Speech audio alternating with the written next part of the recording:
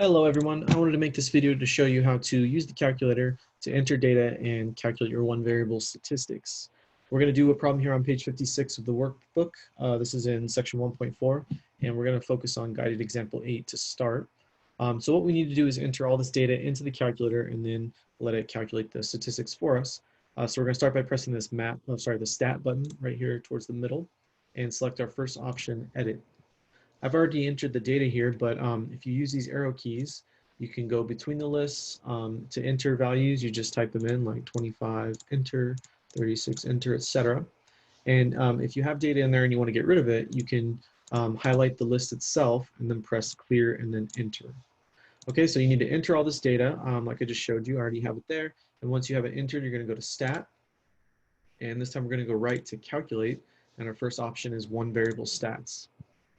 Now, my version of the calculator, if yours doesn't look exactly like that, I'll tell you what to do, but basically here it needs to know what list are you talking about? Where's the data at? We entered all of our data in L1, so L1 is what we want. But notice if you want to change lists, above the keys, the number keys, you'll see things like L4 and L5. So if you press second 5, you'll get L5. So you can specify which list to look in. For now, for frequency lists, we're going to leave that alone because we just have one set of data, and then we'll go to calculate and press enter. And this will give you your one variable stats. Up top we have X bar, this is our mean.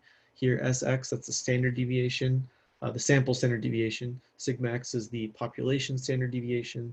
N tells you how many data values you inputted, so the number of things in the list. If you push the down arrow, those last 5 things are the 5-number summary.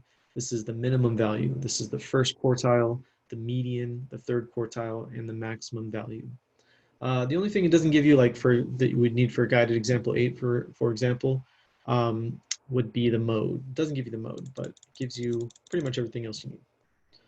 Okay, real quick, if you don't have, there's actually, if you go to mode and turn this stat wizard on or off, mine was on, but yours might have been off. So then when you go to one variable stats, instead of saying the list and the frequency, etc., it's just going to say one variable stats. This is fine. If you press enter right now, it'll give you the answer. By default, it'll look to the very first list. You could also select list 1 like that. But even if you don't, it'll go to your very first list.